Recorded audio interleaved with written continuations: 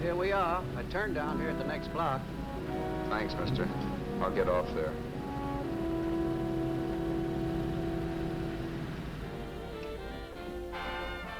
Want anything else? No. Hey, you. Me? Yeah, you. Where you heading? East. Too bad. I thought if you was heading north, I might be able to help you out. I'm pushing the Salt Lake, and I don't like to ride it alone at night. I'm one of those guys that got to talk or I fall asleep. Oh, sure, now my partner, he's got Lou to keep him company, but I ain't got nobody at all. Where you coming from? West. Yeah, sure, I know, but where, L.A.? Maybe. I got a cousin out in L.A. You don't say. Yeah, he's been out. You're not much of a talker, are you? My mother taught me never to speak to strangers. Oh, a wise guy. So what? Okay, don't get sore. Just trying to be sociable, that's all. Hey, Glamorous. You change for a dime, will you?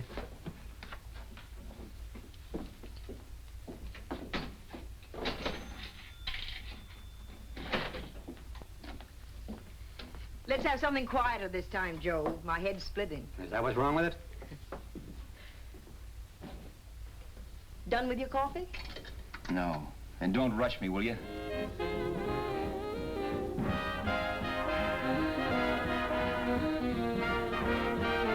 Hey, turn that off. Will you turn that thing off? What's eating you now? Yeah, what's eating you? That music, it stinks. Oh, you don't like it, huh? No, turn it off. Oh, wait a minute, pal. That was my nickel, see? This is a free country. And I play whatever I want to. Okay. Sure, and if you don't like it, you don't have to listen to it. And you can leave here anytime you want to. Okay, I'm sorry I asked. First good piece played tonight and you don't like it. Some people just ain't got any good taste.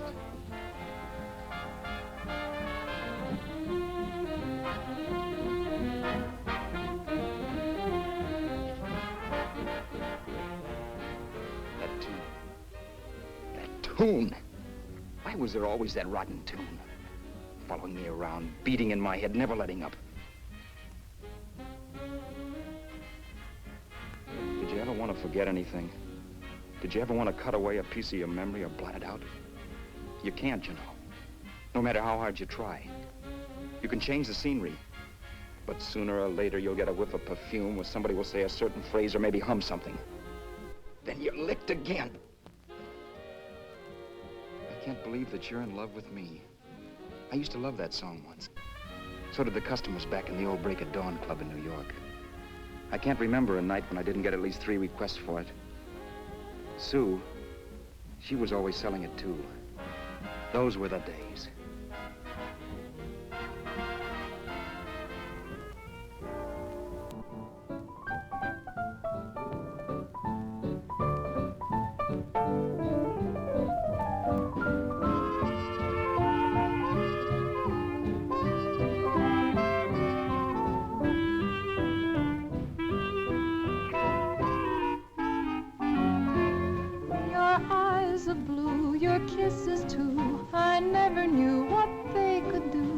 I can't believe that you're in love with me. You're telling everyone you know that I'm on your mind each place you go. They can't believe that you're in love with me. I have always placed you far above me. I just can't imagine that you love me. And after all is said and done, to think that I'm the lucky one, I can't believe that you're in love with me.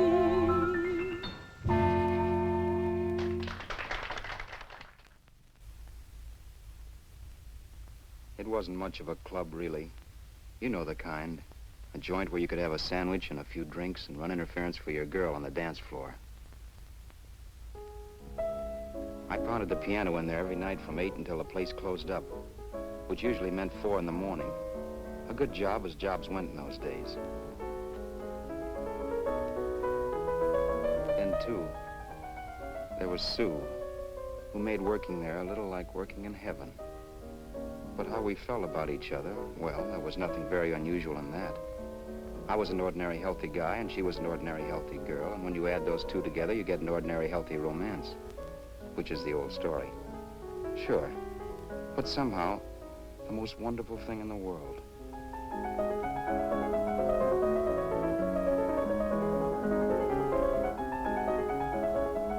All in all, I was a pretty lucky guy.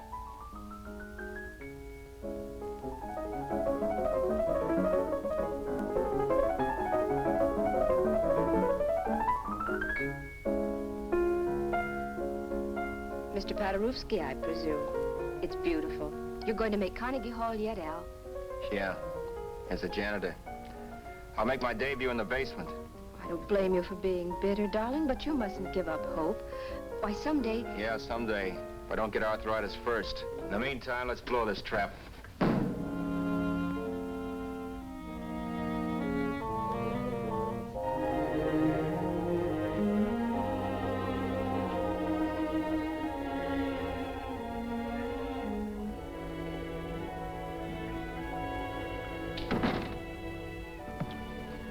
Like to get something to eat, hon? Oh, I don't think so, Al. I lose my appetite working in this flea bag. Let's go home. Okay. I can't stand much more of that dump. Did you see that drunk tonight trying to paw me? No, what drunk? Does it matter what drunk? Say, what's the matter with you tonight, darling? That's the third time you started to tell me something and then stopped. We shouldn't have any secrets from each other, Sue. Next week, we're going to make with the ring and the license. You and me will be a team. Yes, that's right. In the Bush League. I don't get you. We've been struck out. It's a funny way to talk, darling. Don't you want to marry me? Al, look, I love you. You know I do, and I want to marry you. But? But not now. Only after we've made good. Sunday, I'm going away. Oh, I know you'll think it's silly. That's why I hesitated to tell you. But I'm going to California. I want to try my luck in Hollywood. That's the most stupid thing I ever heard of. Don't you know millions of people go out there every year and wind up polishing cuspidors? I thought you had better sense. You sound as if you don't think I have any talent. That has nothing to do with it. I'll make out all right. Maybe. But what about me? Doesn't it mean anything to you that you're busting up all our plans? We may not see each other for years? It won't be that long. I thought you loved me. I do. You know I do. Well, here we are.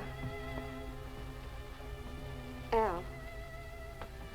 Al, why can't you see my side of it? I'm young. We both are, and we've got all the time in the world to settle down. Oh, really, darling, what I'm doing is the only sane thing to do. I hate the thought of being so far away from you, but we'll be together again someday. Maybe you'll decide to come out too later on. So long. Al, aren't you going to kiss me goodnight? Sure, why not?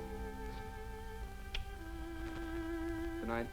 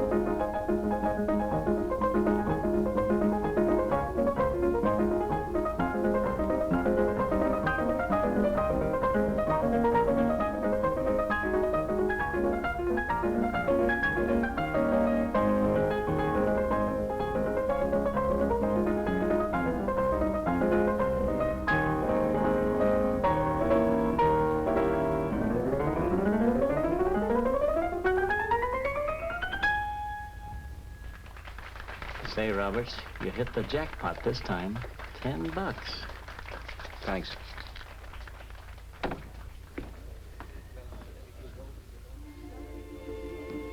So when this drunk handed me a 10 spot after a request, I couldn't get very excited.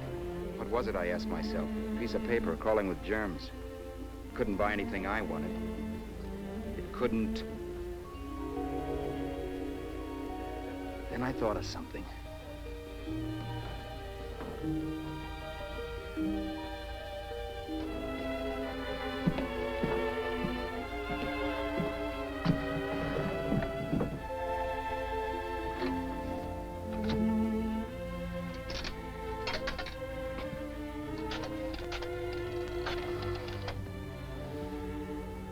Long distance.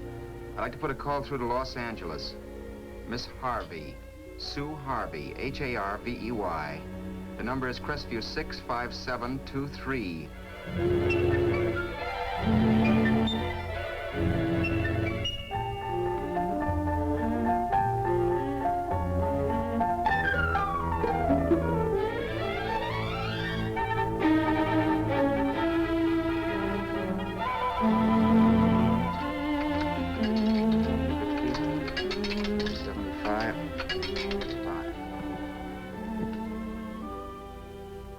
Hello, Sue?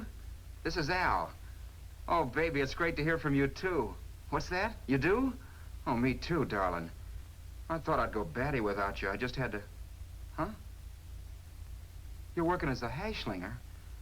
Gee, honey, that's tough. Those guys out in Hollywood don't know the real thing when it's right in front of them. You just stick it out, Sue, baby. Keep going around to those casting offices. I'm sure you'll click. Look, I'll tell you what. You stay put out there, I'll come to you. No, don't try to stop me. Just expect me. Train? Who knows? Train, plane, bus, magic carpet. I'll be there if I have to crawl. If I have to travel by pogo stick. And then, let's get married right away, huh? That's the stuff. That's what I've been wanting to hear you say.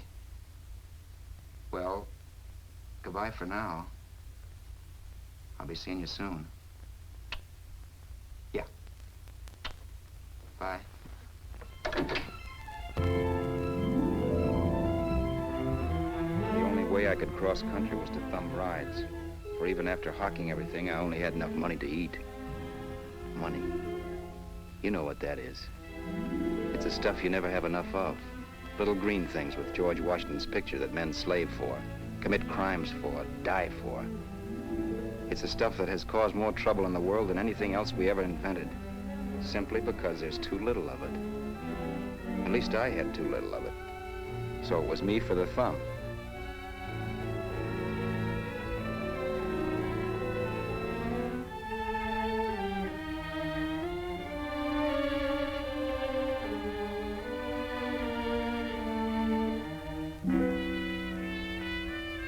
Ever done any hitchhiking? It's not much fun, believe me. Oh yeah, I know all about how it's an education, how you get to meet a lot of people and all that.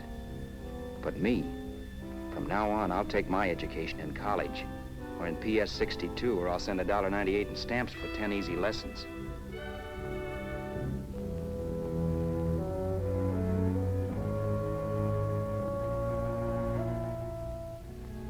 Thumbing rides may save you bus fare, but it's dangerous. You never know what's in store for you. You hear the squeal of brakes. If only I had known what I was getting into that day in Arizona. Here, throw that in the back seat. Okay, let's go. Make sure that door's closed.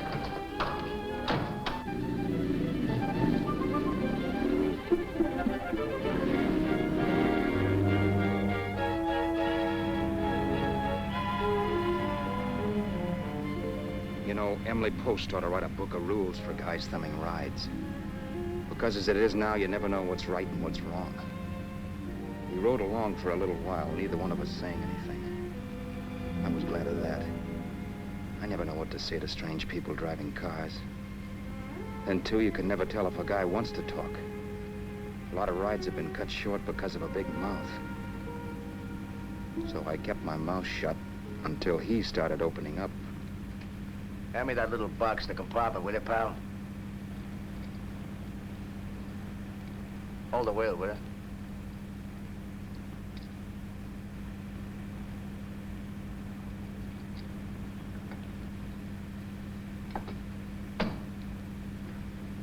How far are you going?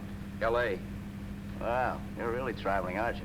Yeah, but I don't expect to make it for a couple of years at the rate I've been promoting rides. Not much luck, huh? Sure, all bad. Not many people stop for a guy these days.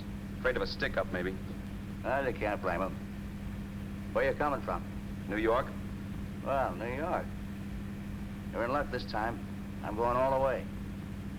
Right through to Los Angeles. You drive a car? Sure. Whenever you're tired, let me know. I'll holler. I guess at least an hour passed before I noticed those deep scratches in his right hand. They were wicked. 3 puffy red lines about 1/4 of an inch apart. He must have seen me looking at them because he said, Beauties, aren't they? They're gonna be scars someday. What an animal. Whatever it was, it must have been pretty big and vicious to have done that. Right on both counts, New York. I was tussling with the most dangerous animal in the world. A woman. She must have been Tarzan's mate. Looks like you lost the bout. Certainly wasn't a draw. You know, there ought to be a law against dames with claws. Yeah. I tossed her out of the car in her ear. Was I wrong? Give a lift to a tomato, you expect it to be nice, don't you? Yeah. After all, what kind of dame's son rides? Sunday school teachers? Yeah. A little witch. She must have thought she was riding with some fall guy. And me, who's been booking horses around racetracks since I was 20. I've known a million dames like her. 2 million. Yeah. Stopped the car, opened the door. Take it on the Arthur Duffy, sister, I told her. That's the stuff. As I was done, huh? But if you want to see a real scar, brother, get a load of this. Wow. I got that one dueling. Dueling? Yeah, we're just kidding, of course. My dad owned a couple of Franco-Prussian sabers. Kept them on the wall for decorations. Well, one day, another kid and I took them down when the old man wasn't around. Had a duel. He got me in the arm here. Pretty mean cut. Infection set in later. Yeah, I can see that. Now, give me that box again, will you? Yeah.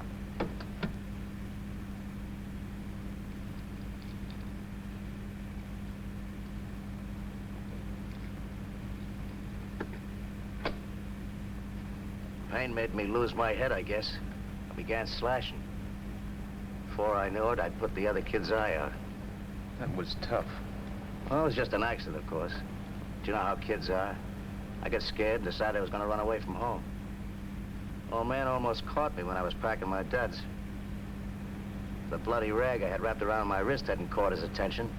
You'd seen the bundle for sure. But I beat it when he was phoning for a doctor. That was 15, 16 years ago. I haven't been home since. Pull in there for a bite or something, huh? a bite or something. Brother, was I hungry. I hadn't had anything in my stomach for hours. Yet even with that gnawing in the pit of my belly, I didn't want to be in too big a rush to put on the feed bag. First, I had to make sure this guy knew the score. If I got him down on me, goodbye ticket to Hollywood. I'll wait out here for you, mister.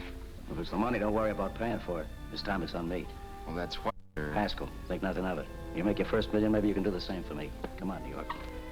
I gotta make the West Coast by Wednesday. There's a horse running at Santa Anita named Bicycle. Means dough to me if I'm on him. We'll make it all right. He did most of the talking during the half hour we were in the place. I ate. He rambled on about his old man, whom he hadn't heard from since he ran away as a kid. Now he happened to become a bookie. And then all about how he got rooked in Miami. One race, 38 grand. They cleaned out my book. How do you like that? That was tough luck. Yeah, and I'm supposed to be the smart guy. Well, you just wait. I'm going back to Florida next season with all kinds of jack. And you'll watch those stinkers run for cover. You want anything else? No, thanks. I've had plenty.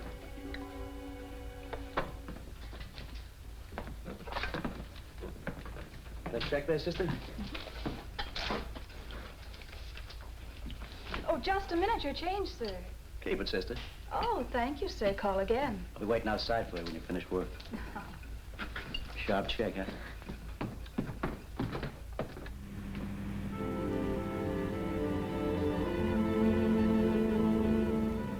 drove all that night while Haskell slept like a log.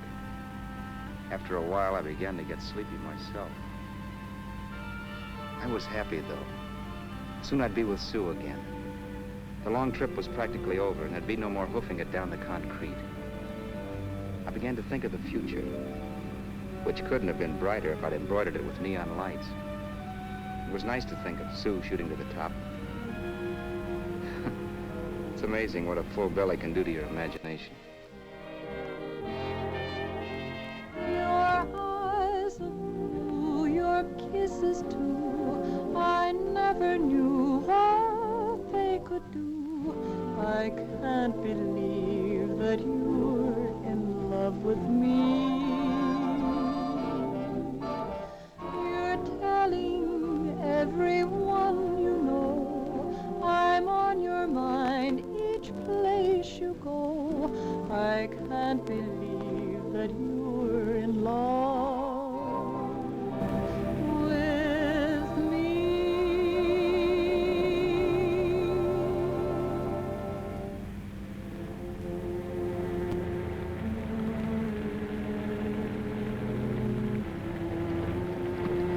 Mr. Haskell? Mr. Haskell? Mr. Haskell, wake up, it's raining. Don't you think we ought to stop and put up the top?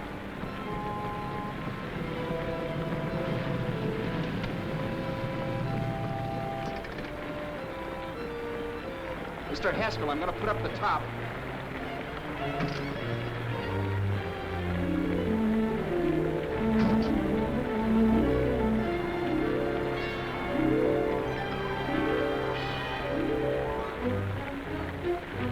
Until then, I had done things my way. But from then on, something else stepped in and shunted me off to a different destination than the one I had picked for myself. For when I pulled open that door... Mr. Haskell, what's the matter? Are you hurt? Are you hurt, Mr. Haskell? Start your sermon. I'll listen to it. But I know what you're gonna hand me even before you open your mouths. You're gonna tell me you don't believe my story of how Haskell died and give me that don't make me laugh expression on your smug faces. I saw at once he was dead, and I was in for it. Who would believe he fell out of the car? Why, if Haskell came too, which of course he couldn't, even he would swear I conked him over the head for his dough. Yes, I was in for it. Instinct told me to run, but then I realized it was hopeless. There were lots of people back down the road who could identify me. That gas station guy and the waitress. I would be in a worse spot then, trying to explain why I beat it. The next possibility was to sit tight and tell the truth when the cops came. But that would be crazy. They'd laugh at the truth. And I'd have my head in a noose. So what else was there to do but hide the body and get away in the car? I couldn't leave the car there with him in the gully. That would be like erecting a tombstone.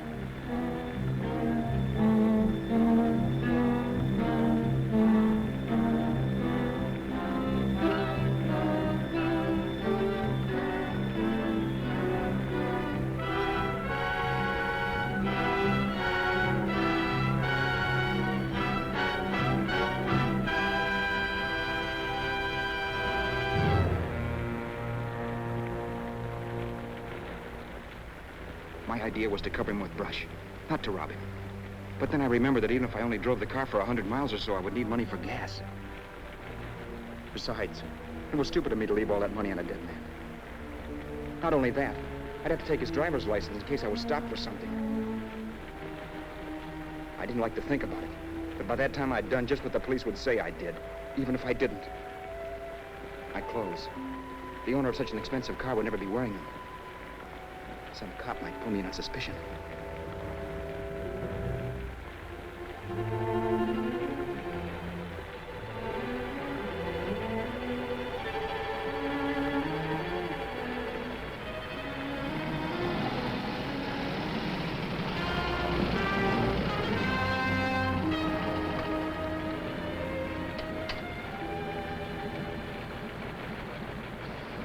Hey, you, this your car? Don't you know better than to leave a car with the wheels halfway in the middle of the road? That's the way accidents happen. I'm sorry, officer. I was just putting up my top. I didn't think. Well, the next time, think. I'll let you go now, but watch your step in the future. I know that's a lonely stretch, but cars come by here once in a while, and we have plenty of crack-ups. Thanks, officer.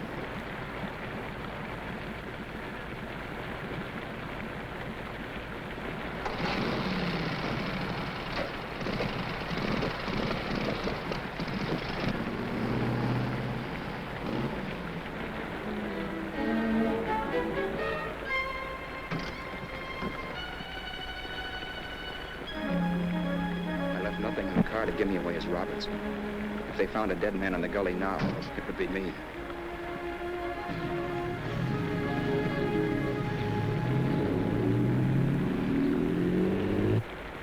As I drove off, it was still raining, and the drops streaked down the windshield like tears. I kept imagining I was being followed and that I could hear sirens back in the distance.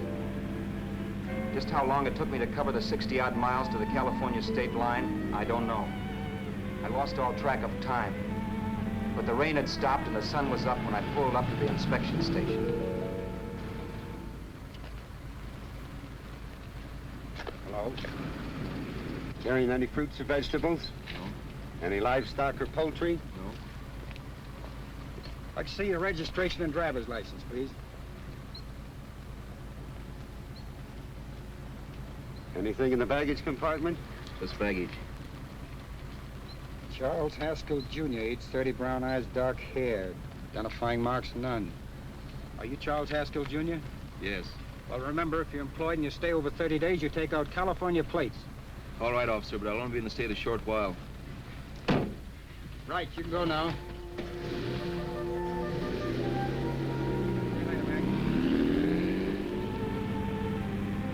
I couldn't drive any farther without some sleep. Cops or no cops, I knew I had to hit the hay and hit it hard.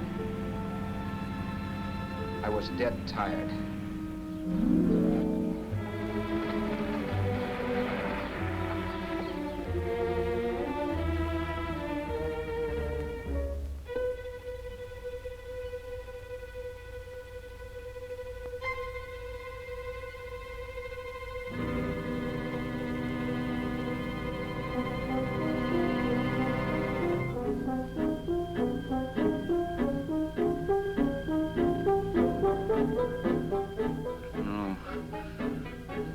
Mr. Haskell.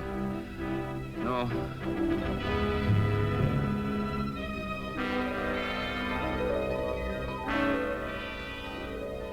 Mr. Haskell, you can't die. I think I did it. No, Mr. Haskell. No. No.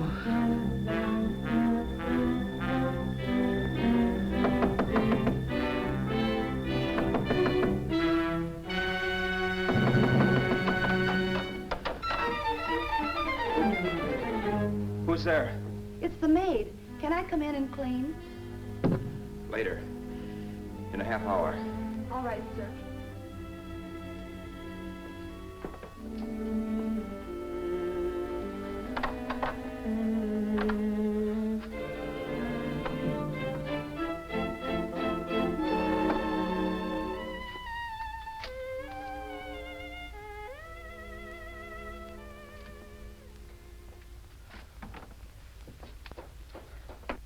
There was no time to lose.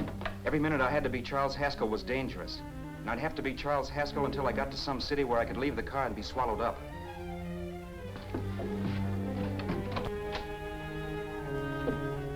That meant driving the car as far as San Bernardino, maybe even to Los Angeles. In a little town, I might be noticed, but in a city, I should be safe enough. Then, after I ditched the car, I could go on to Sue. But those 5 minutes at the state line made me realize it might be a good idea to find out a little bit about Mr. Haskell. Then, if anybody asked me questions, I could give the right answers. The first thing I found out was that I had $768. This was a lot of jack, but believe me, it was the kind of money I'd rather not have.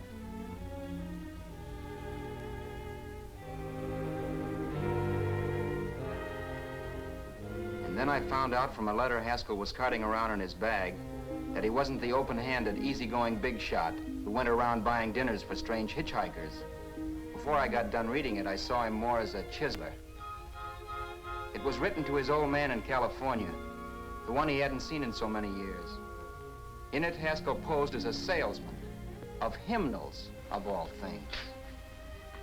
It was easy to see where Haskell expected to raise a new stake for his book in Miami by rooking his old man. That was about all I found out from his effects, and it was enough. I told myself, maybe old man Haskell was lucky his son kicked off. He would never know it, but it saved him from taking a flyer in sacred literature preferred.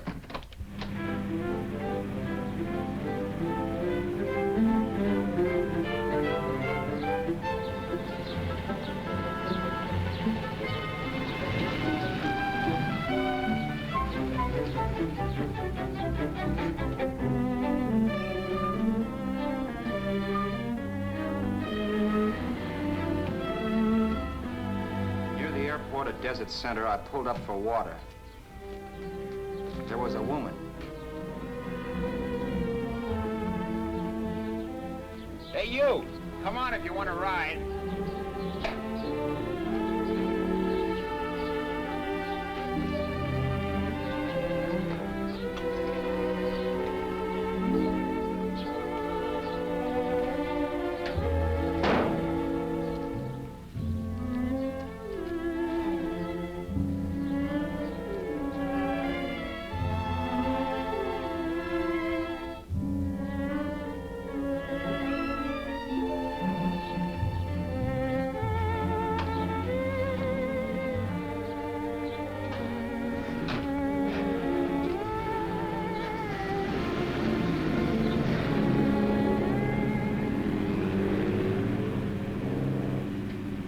How far are you going?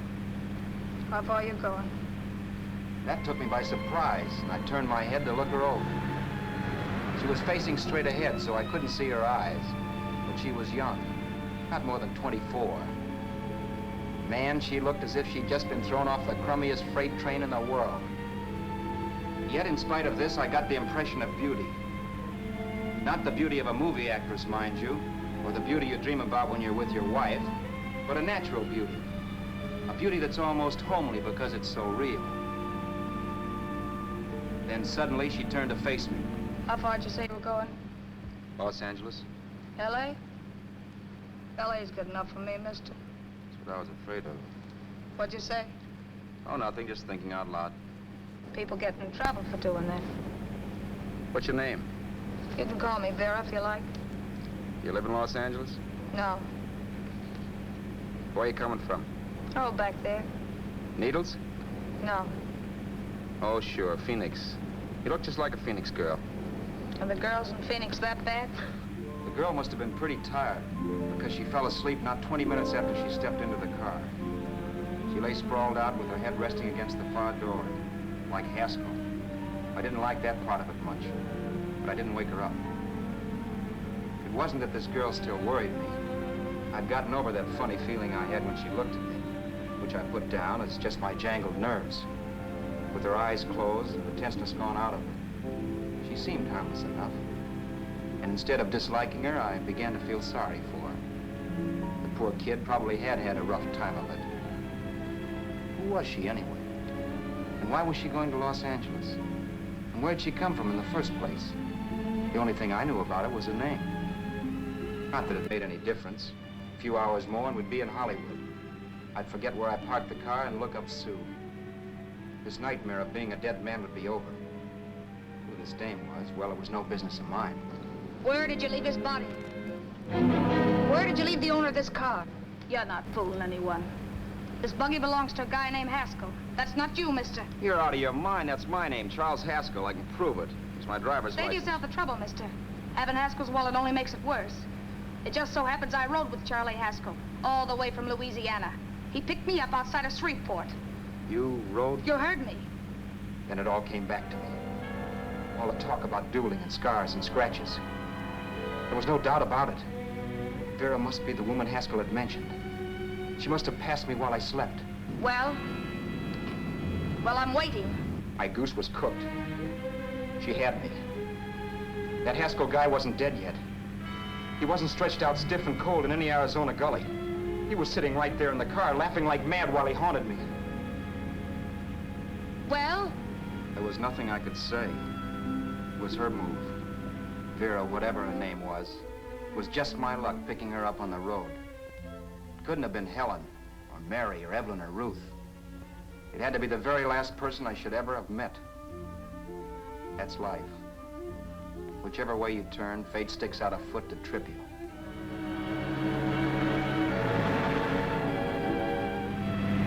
I told her everything, but she didn't believe my story.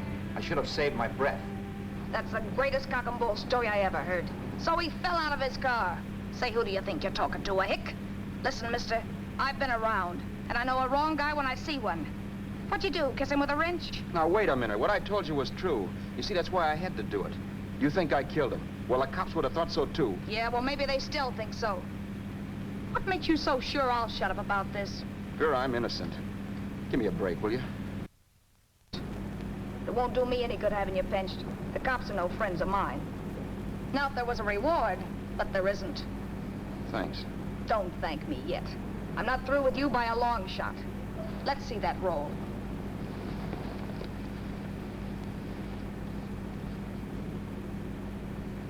Is that all Haskell had? Isn't it enough? No, I thought he had more. Not that I know of. You can search me if you think I'm holding out on you. Well, maybe I will at that. He told me he was going to bet $3,000 on a horse named Paradisical on Wednesday at Santa Anita. He was stringing you along. He meant 300. Maybe. Sure, $3, 300. He was a piece of cheese, a big blowhard. Listen, mister, don't try and tell me anything about Charlie Haskell. Remember, I knew him better than you did. Okay, then you knew he was a four-flusher. That explains the $3,000 bet. I'm not so sure he didn't have that $3,000. Why should I believe you? You got all the earmarks of a cheap crook. Now, wait a Shut minute. up. You're a cheap crook and you killed him. For 2 cents, I'd change my mind and turn you in. I don't like you. All right. Don't get sore. I'm not getting sore. But just remember who's boss around here. If you shut up and don't give me any arguments, you'll have nothing to worry about. But if you act wise, well, mister, you'll pop into jail so fast it'll give you the bends. I'm not arguing. Well, see that you don't. You know, as crooked as you look, I'd hate to see a fella as young as you wind up sniffing that perfume that Arizona hands out free to murderers. I'm not a murderer. Of course you're not. Haskell knocked his own head off. He fell, that's how it happened, just like I told you. Sure, and then he made you a present of his belongings. I explained why I had to do that. Doesn't make a difference one way or another. I'm not a mourner. I liked Haskell even less than I like you. Yeah, I saw what you did to him. What do you mean? Well, scratches on his wrist. Sure, I scratched him. I'll say you did. So your idea was to drive the car a little way, maybe into San Bernardino, and then leave it. You weren't gonna sell it? Sell it? You think I'm crazy? Somebody else's car? See, all I want to do is leave it somewhere and forget I ever saw it. Not only don't you have any scruples, you don't have any brains. I don't get you. Maybe it's a good thing you met me. You'd have got yourself caught, sure. Why, you dope. Don't you know a deserted automobile always rates an investigation? Huh? Look, the cops find a car. Then they get curious. They wonder where the owner is. So, all right, they don't trace Haskell. They trace you. I never thought of that. The only safe way to get rid of the car is to sell it to a dealer. Get it registered under a new name. Say, stop at the next store. I want to get a bottle and do some shopping before we hit L.A. Okay. As soon as we find a place, I'll drop you off and pick you up later. Nothing doing. You're coming in, too. From now on, you and I are like the Siamese twins. Have it your way, but I don't get the point. The point is, I don't want you to get lost. I'm not going to beat it if that's what you're afraid of. I'll say you're not. Well, I'm going to see that you sell this car so you don't get caught. Thanks. Of course, your interest wouldn't be financial, would it? You wouldn't want a small percentage of the profits. Well, now that you insist, how can I refuse? 100% will do. Fine. I'm relieved. I thought for a moment you were going to take it all. I don't want to be a hog. A few hours later, we were in Hollywood. I was recognizing places Sue had written about.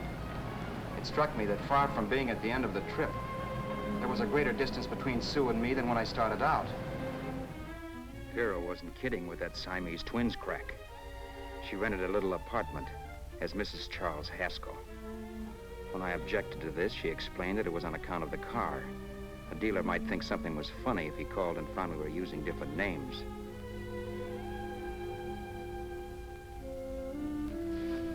Home, sweet home. Yeah. Not bad, either.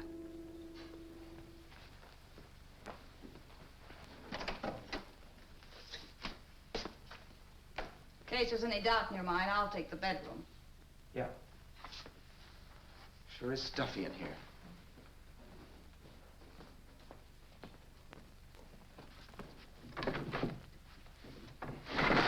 Keep the window shut. Okay. The old crow downstairs said there's a folding bed behind this door.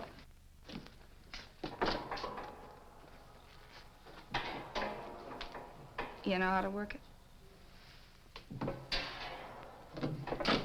I invented it. Some joint. One can't have everything.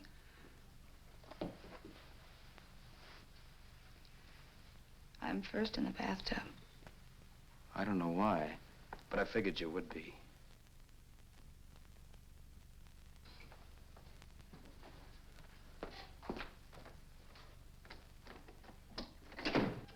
Boy, oh boy. It sure feels good to be clean again. I must be 10 pounds lighter. You must be. Well, hitching rides isn't exactly the way you keep your schoolgirl complexion. I wish that guy with the sacks would give up. Gets on my nerves. Forget it. Have a drink. Aren't you afraid I might take you up on it? If I didn't want to give you a drink, I wouldn't have offered it.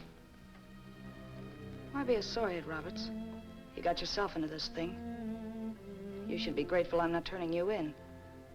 Why, if I wasn't regular, you'd be in the pen this minute, being photographed, fingerprinted, and being pushed around by the cops. So cheer up. Get rid of that long puss. Or is your conscience bothering you?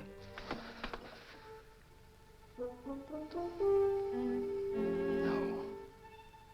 It isn't. Swell. That's the spirit.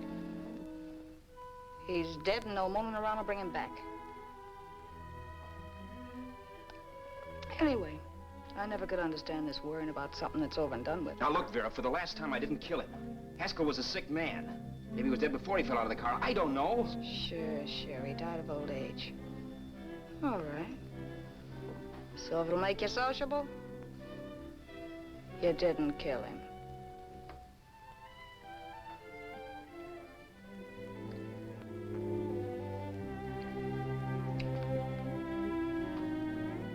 Thanks.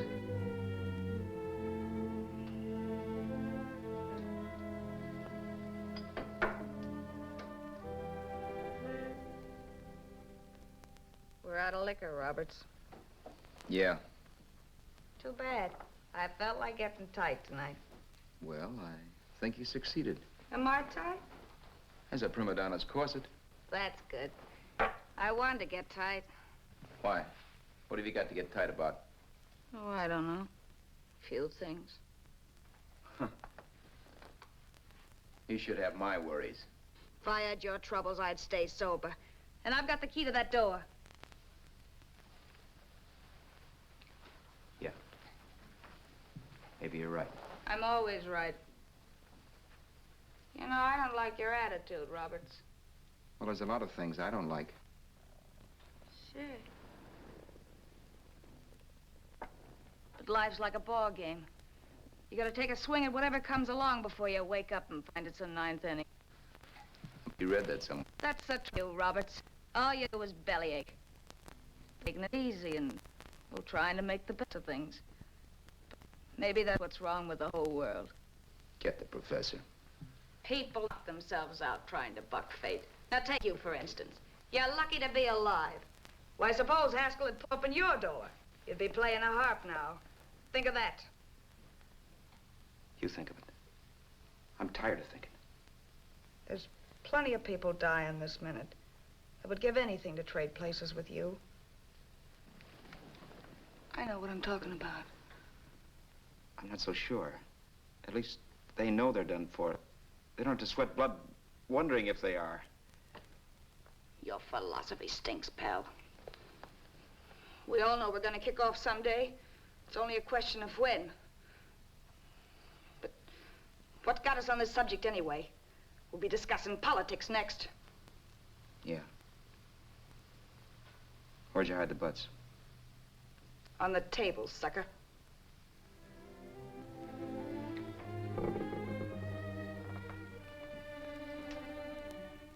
We bored each other with conversation for a couple of hours longer.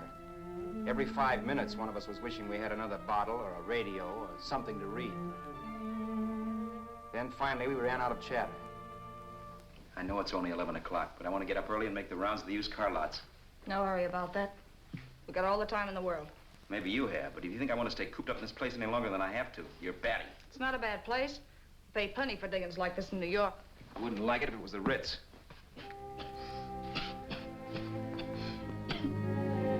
brought me liquor. You got a mean cough. Ought to do something about it. I'll be all right. That's what Camille said. Who? Nobody you know. Wasn't that the dame that died of consumption? Yeah. Wouldn't it be a break for you if I did kick off? You'd be free with all Haskell's dough and car. I don't want to see anybody die. Not even me. Especially not you. One person died of me. If you did, well, that's all I need. You don't like me, do you, Roberts? Like you? I love you. My favorite sport is being kept prisoner. After we sell the car, you can go to blazes for all I care. But not until then.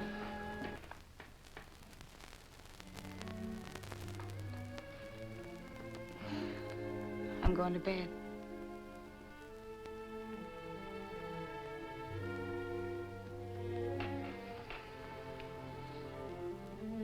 Good night, Roberts. Don't try and sneak away during the night. All the doors are locked. Anyway, if I find you gone in the morning, I'll notify the police. They'll pick you up. Don't worry, I know when I'm in a spot. Well, good night. I hope that portable rack isn't too uncomfortable for you. Don't lose any sleep over it, will you, Vera?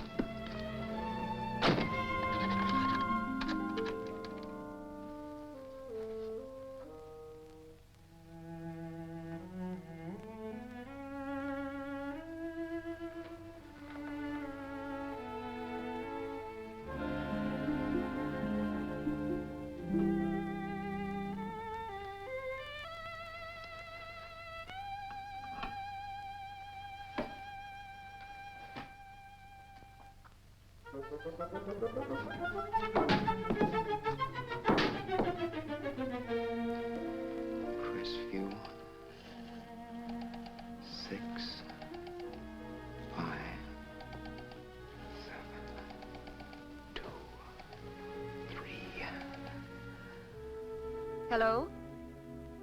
Hello? Hello?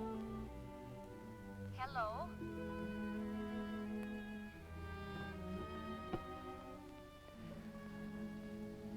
No. Not yet, darling. Tomorrow. Maybe. If this were fiction, I would fall in love with Vera, marry her and make a respectable woman of her, or else she'd make some supreme Class A sacrifice for me and die. Sue and I would bawl a little over her grave and make some crack about there's good in all of us.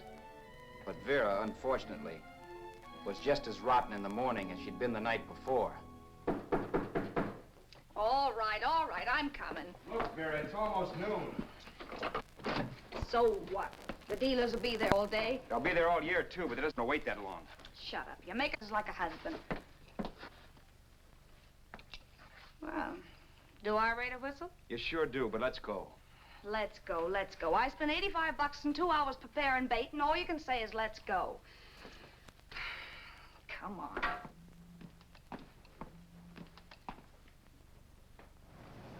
We passed a few used car lots last night down this way. What do you think we can get for this heap? I don't know. Plenty.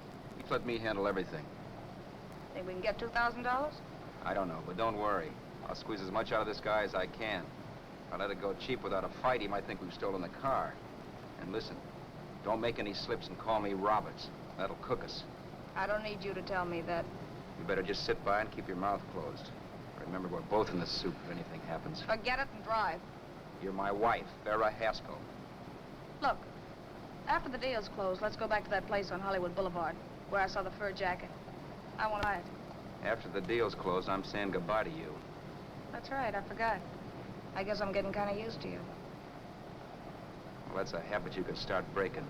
Let's try this place in the middle of the block.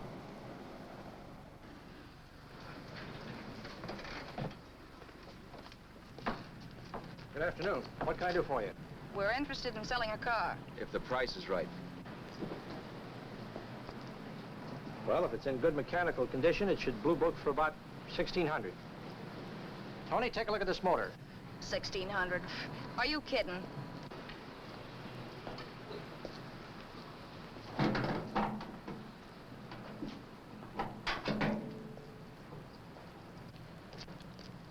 Well, maybe 1850. Before I let it go for 1850, I'll wreck it and collect the insurance first.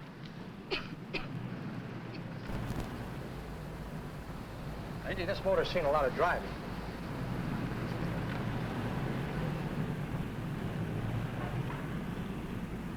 While the mechanic inspected the car, we haggled.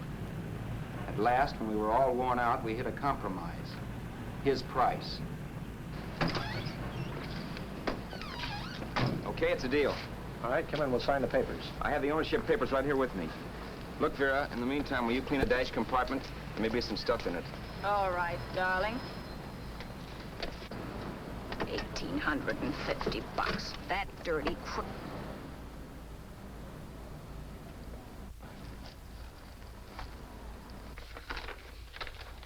New York, huh? Yeah. But you bought the car in Miami? Yeah. Well, now let's see about the insurance. We can either have it transferred or canceled. What kind of insurance do you have, Mr. Haskell? Well, aren't all the papers there? I don't see any. Surely you know what type of insurance you carry in the car. The name of the company? Yeah, but, Well, if you'll just tell me the name of the company, I'd be very glad to take care of all the details. Well, Did you sign the papers yet? not yet. Well, don't. We're not selling the car. Well, wait a minute, Mrs. Haskell. Come on, darling. What's the matter? Change your mind? Yes, I'm sorry. I guess I have. But, Vera... Let's go.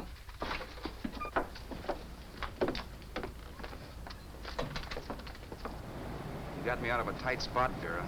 But I still don't understand all this. You will in a minute. I almost threw away a gold mine. 1850 isn't to be sneezed at. The car doesn't book for as much as I thought. We're not selling the car. You want to keep it. Now, wait a minute, Vera. You said yourself I wouldn't be safe until the car was in someone else's name. I'd like to be free of this mess when I go. That's just it, Roberts. You're not going. There's a drive-in at the next corner. Pull in there and we'll get a bite to eat. And I'll explain. What is this, another one of your brilliant ideas?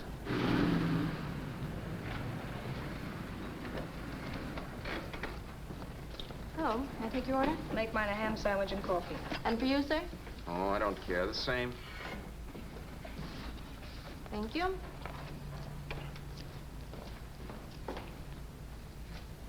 Get this, Vera. I've been pretty patient so far. I've done everything you asked me to do, but no more. Shut up. You've taken Haskell's money, and you can have the dough we get from selling the car, but you're not going to keep me a prisoner. It's a good thing I bought the paper. Take a look at that. Vera, I'm in no mood. Read that.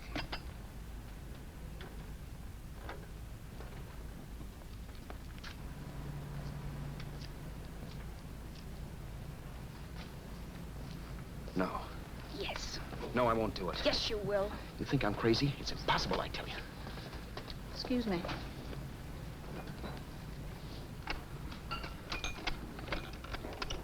Blow the horn when you're through. No one could possibly get away with an act like that. It'd be wise to me in a minute. Don't be yellow. You look enough like him. The same coloring and the same build. See how his clothes fit you? No kidding, you almost had me fooled for a while. Oh, grow up, Vera. Don't you think a father knows his own son? And there must be other relatives. The father won't have to know you. We'll wait till he gives up the ghost. He's an old geezer and he won't pull through. And as far as other relatives are concerned, they haven't seen you in 15 or 20 years. Eat. I'm not hungry. And I won't do it. It's not as tough as it sounds. Remember, you've got all kinds of identification. His car, letters, license. I could never get away with it. It's the stupidest thing I've ever heard. The old boy has scads of dough. Look in the paper there. Personal fortune assessed at over 15 million. He'll leave plenty, I tell you. Maybe he cut off his son. How do we know? It's out, Vera. I won't have anything to do with it. I think you will. Look, Vera, I'll do anything within reason. But not that. So forget it. Find yourself another stooge. You sap. You'll be fixed for the rest of your life as Charlie Haskell. You can take your inheritance and go away. No more worrying about the rent, no sweating, scheming, wondering where your next meal's coming from. Think about that, Roberts. Vera, please, you're talking too loud. On this, I'm splitting 50-50 with you. Sure, why not? We're both alike, both born in the same gutter. Now, take it easy, Vera. There's people around here. You don't know what you're talking about. We'll wait till we read that old man Haskell's dead. Then you show up. Like you read in New York that he was sick. No. Suppose he doesn't die. He will. I know he will. Something tells me. But as much as I insisted I would have no part of her scheme, Vera was taking it for granted I would. Neither of us had our mind on the cards as we played that night. I knew we were just trying to kill time between newspaper editions. This was a death watch for Vera. Maybe it was for me, too. Don't you realize if I'm caught, they'll want to know where I got the car and stuff, and they'll have me on a murder charge. If you're smart, you won't get caught. I knock for 7. And if I'm caught, don't you realize you'll be out, too? 18 points, that gives me 30. How will I be out? You'll be out $1,850 we would have gotten on the car. Really, Vera, you'd be an awful chump if you threw away all that dough on a dizzy long shot. Let me sell the bus tomorrow. With the money it'll bring and what you've already got, a clever kid like you can run it up in no time. Then we'd both be in the clear. I'll be in the clear anyway. Maybe. Maybe. But if I got caught, I'd get good and sore at you, you know. You mean you'd squeal? Well, no, not squeal exactly. Never mind what you meant. Even if you did tell the cops I was in on it with you, what could they do to me? They might give me the same medicine they gave you. Yeah. A rope. But I'm on my way now. All we'll be doing will be rushing it. All right. But think of the $1,850 you'd lose. You'd kick yourself along the block if they let it get away from you. I'll take the chance. Want another drink? You're being a goon. That's the way people wind up behind the 8 ball. Once they get a few dollars, they become greedy and want more. My. Caesar. Who? You know that Roman general? He got his for being greedy. He wasn't satisfied, so the final wind-up was he took the count. A couple of days ago, you didn't have a dime. Why, you were so broke you couldn't pay cash for a postage stamp. Now you've got almost $700 with $1,850 in the offing. Take my advice. Don't try for more. I'm tired of this game. Let's have some blackjack. Play solitaire. Okay, I will if that's the way you feel about it. That's the way I feel about it. Getting sore and throwing things won't help much, Roberts. I'm really doing you a favor. I help you out of a jam by keeping my mouth shut. I show you how to make some soft money. And what thanks do I get? Thanks. Sure. Or would you rather call the cops and told him you killed the man and stole his money? I didn't kill anybody. Yes, you did. No, I didn't. You know I didn't. All right, then. Suppose I call the cops. If you're innocent, what do you got to be scared of? Okay. Call them, you mutt. Go ahead and call them. See if I care. At least they'll give me a square deal. You want me to call them? You heard me. But I'm warning you. If I'm pinched, I'll swear you were in on it. I'll say that you helped me. If I fry, I'll get even with you. You wouldn't dare. You chicken. Yeah? Then try it and see. Call them. Yeah. Okay, I will.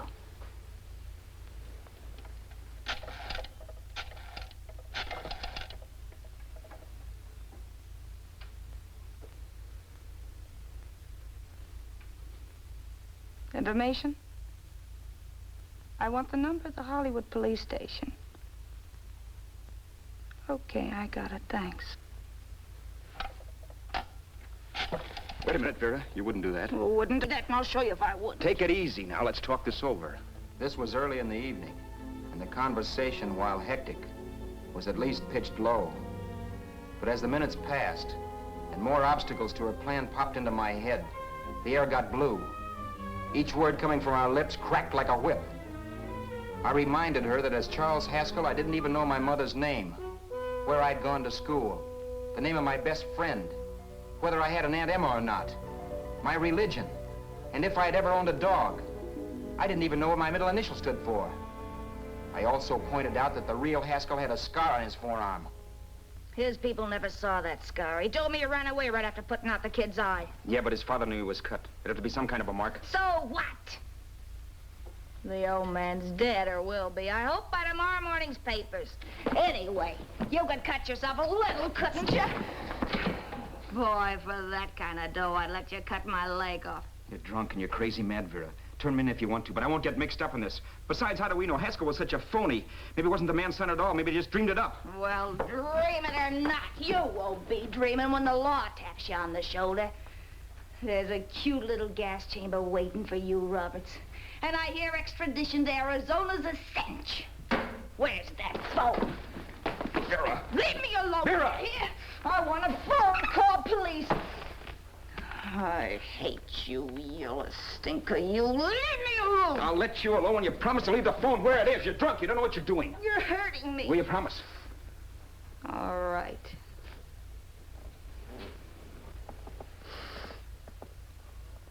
You hurt me. I'm sorry, but... And it's hot in here. Open up a window. It's not hot. Don't tell me. Now, do you do it or do I do it? You're no gentleman, see? Yeah. All right. I'll open up the window.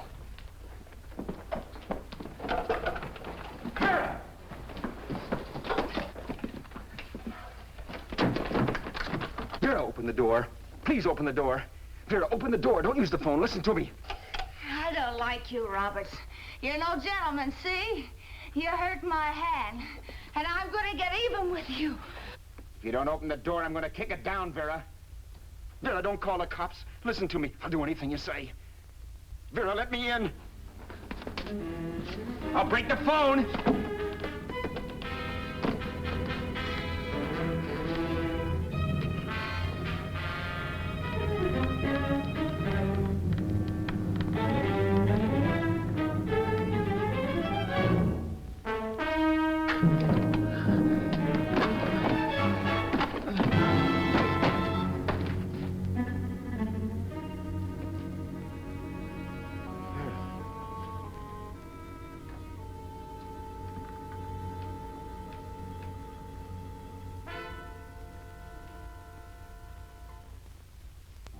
The world is full of skeptics. I know.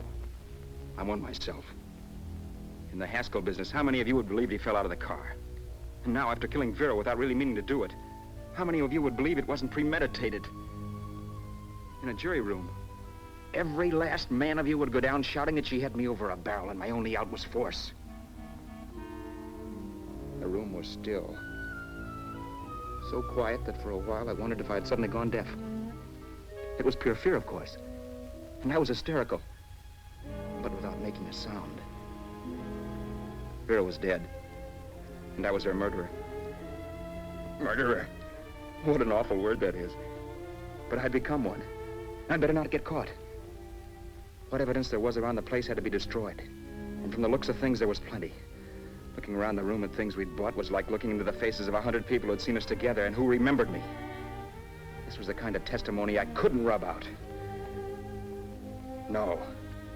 I could burn clothes and hide bottles for the next 5 years. There'd always be witnesses. The landlady, for one. She could identify me. The car dealer, the waitress in the drive-in, the girl in the dress shop, and that guy in the liquor store. They could all identify me. I was cooked. Done for. I had to get out of there. While once I'd remained beside a dead body, planning carefully how to avoid being accused of killing him, this time I couldn't. This time I was guilty. I knew it. Felt it. I was like a guy suffering from shock. Things were whirling around in my head. I couldn't make myself think right. All I could think of was the guy with the saxophone and what he was playing. It wasn't a love song anymore. It was a dirge.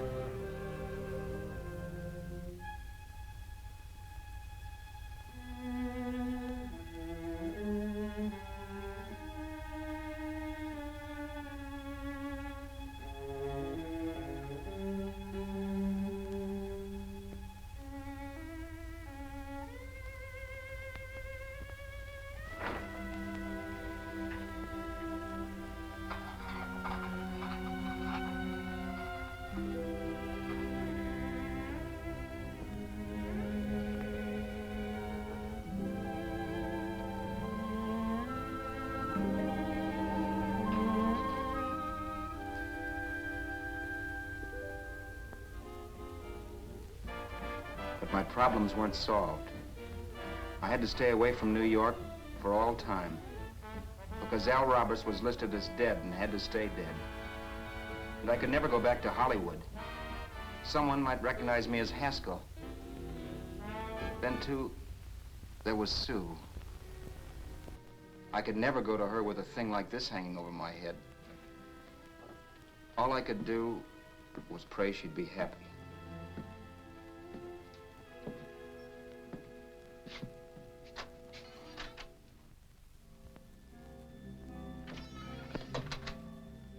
I was in Bakersfield before I read that Vera's body was discovered, and that the police were looking for Haskell in connection with his wife's murder.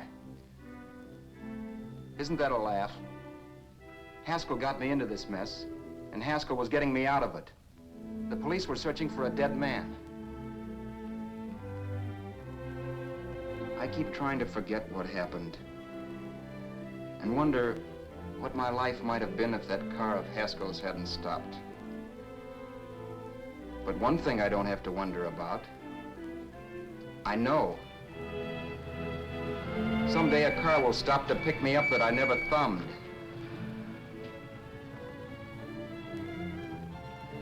Yes. Fate, or some mysterious force, can put the finger on you or me for no good reason at all.